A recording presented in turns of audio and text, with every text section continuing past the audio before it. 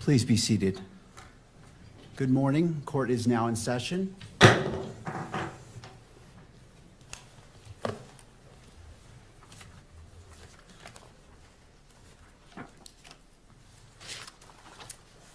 Calling the case 251403576, State of Utah versus Tyler James Robinson.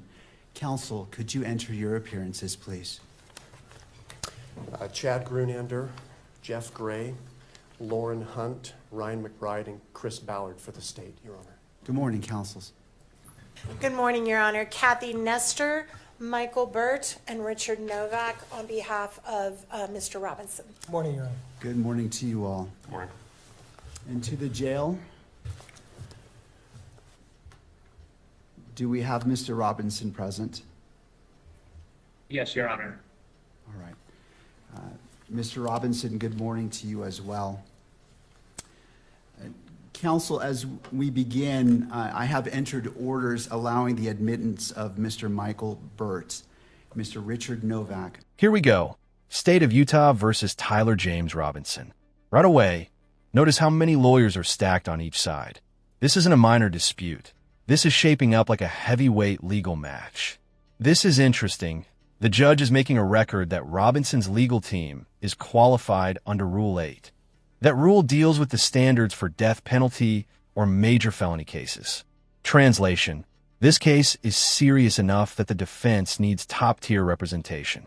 Did you catch that? Voluminous Pro hoc vice, and appointing them along with Ms. Catherine Nestor to be Mr. Robinson's counsel. The court enters findings that the combined experience of counsel meets and exceeds the requirements of Rule 8. Counsel, do we have, what would we like to accomplish today? I have two items, Judge. I just wanted to make a record that under Rule 16 of the Utah Rules of Criminal Procedure with respect to discovery, the state is required to provide to the defense within 5 days of the defense's request the discovery that we relied on in making this charging decision. We'll be prepared to do that, so we'll look for defense counsel's request over the next day or so, and we'll provide that to the defense. Thank you. We also, for the court's information, we met this morning with the defense team briefly in our office to talk about discovery and the process, so we'll be working together. There is discovery. We're talking mountains of evidence, likely digital, video, phone records, maybe even witness statements. Imagine sifting through a hard drive the size of a football field. That's what both sides are facing. A substantial amount of discovery in this case, Your Honor. It's voluminous, to say the least, and we're working on a process where we can exchange information as quickly as possible and be efficient in that process. The other item I had, Your Honor, I saw that over the weekend there was a protection order, pretrial and trial publicity order entered by Your Honor. And I just was seeking some clarification. On page 2, at the end of the first paragraph, it reads, "To that end, lawyers participating in the investigation or litigation of this case shall inform all witnesses, investigators, consultants, staff members, or other members of the prosecution or defense teams that the prohibitions contained in this order." The state, we're seeking some clarification with respect to the phrase "all witnesses," Your Honor. There are a number of witnesses that have yet to be identified that will likely be used in the state's case. This occurred in front of 2,000 to 3,000 students at Utah Valley University. So we're in the process of 2,000 to 3,000 potential witnesses? That's not just a trial. That's practically a stadium event. Imagine being on the jury and hearing that number. Would you start sweating already? identifying those witnesses. And so those individuals are presently unknown right now. So we're looking for a little clarification from the court. And I suppose we're not going to make any arguments today, but there may be some follow-up pleadings that we may need to file. Thank you. Ms. Nestor, did you want to be heard about that issue? No, Your Honor, we would defer to whatever the court wants to advise them on that matter. I mean, I think it's fairly obvious that we don't know who all the witnesses are in this case yet. I think it's just important that if anyone is identified, that they have information about this order. So I think other than that, we wouldn't weigh in on any other matter. Thank you.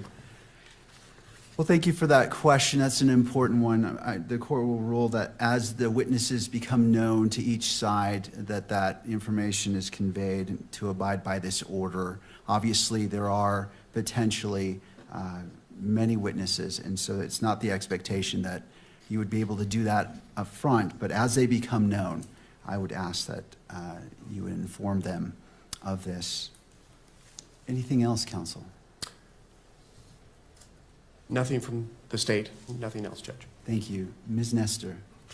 Thank you, Your Honor. We recognize that we are here today for a waiver hearing. It is not our intent to waive a preliminary hearing in this matter.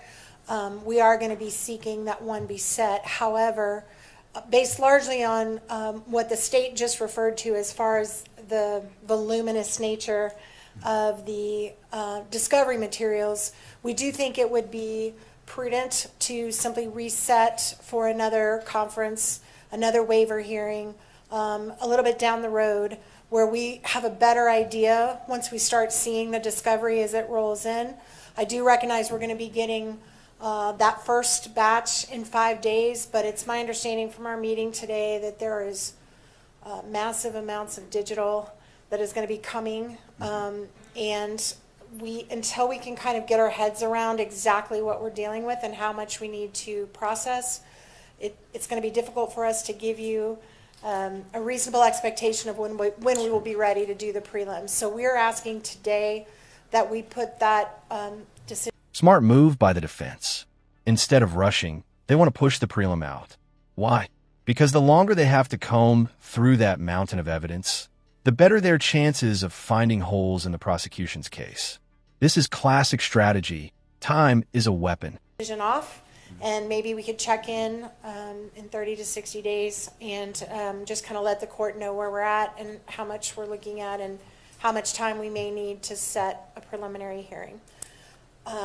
Also, as far as a detention hearing, we are not asking the court to address that issue at this time. Under the statute, the issue is going to come down to the question of whether there's substantial evidence, which right now we're just not in a position at all to be able to even argue to the court. So we are probably going to ask that the court delay that decision possibly until the time of the prelim. But if it's sooner, we will ask the court for a hearing. But at this time, we are not asking the court to make any decisions on that matter. Thank you, counsel. In regards to the next hearing date, how about October 30th at 10 a.m.? That works for the state, Your Honor. Thank you. All right. That's fine for the defense, Your Honor. All right. Now, as we're at the beginning, anything further from counsel from either side? No, Your Honor. Thank you. All No, right. Your Honor, thank you. As we are at the beginning of this case, it is my intent to only speak when I'm needed or it is necessary. But today I do wish to provide. This is one of those rare moments where a judge delivers almost a mission statement. He's reminding everyone, Robinson is presumed innocent. Victims deserve respect, and he won't put a finger on the scale of justice. It's powerful, and it sets the tone that this trial isn't just about one man. It's about how justice itself will be carried out. Guidance and expectations that you can have for this court and wish to enter an order as well. As this case moves forward, Mr. Robinson's constitutional rights will be protected at every stage. He sits before this court presumed innocent, and that presumption remains unless and until each element of every offense charged against him is proved beyond a reasonable doubt. At the same time, and as applicable, victims are entitled under our Constitution to be treated with fairness, respect, and dignity, free from harassment or abuse. Justice demands that both of these principles, the rights of the accused and the rights of victims, be honored without compromise. I remain steadfast in my oath that I made 56 days ago to support and defend the constitutions of the United States and of Utah. I will carry out my duties with fidelity, transparency, and impartiality. treating every person who appears before me with the dignity and respect they are inherently due because they are human beings. Let me be clear. I will not put my finger on the scale of justice. These proceedings will be open to the public, conducted in accordance with the law, and handled with diligence and competence to ensure that justice is never compromised. It is the standing order of this court that Mr. Robinson shall be allowed to appear in person so he can fully engage with his attorneys and participate in these legal proceedings. Counsel, regardless of who is watching, whether it is the nation or a single individual, we must fulfill our roles with integrity, civility, and diligence. I encourage each of you to give your very best to this case. Neither Mr. Robinson nor the people of Utah deserve anything less than the fair and impartial administration of justice. In regards to the next hearing, counsel, on that October 30th date at 10 a.m., it's the court's intent that it be in person if it be the wish of counsel for the defense for Mr. Robinson to be present. It is, Your Honor. Thank you. Thank you. Counsel, anything else that we can address today? Your Honor, we appreciate the court's comments with respect to Your Honor's role in this case. In like matter, we commit to approach this case with integrity, with professionalism and civility. We are truth seekers. We will aggressively pursue the truth in this case. Thank you. Thank you. All right, counsel, unless there's anything else, thank you for being here.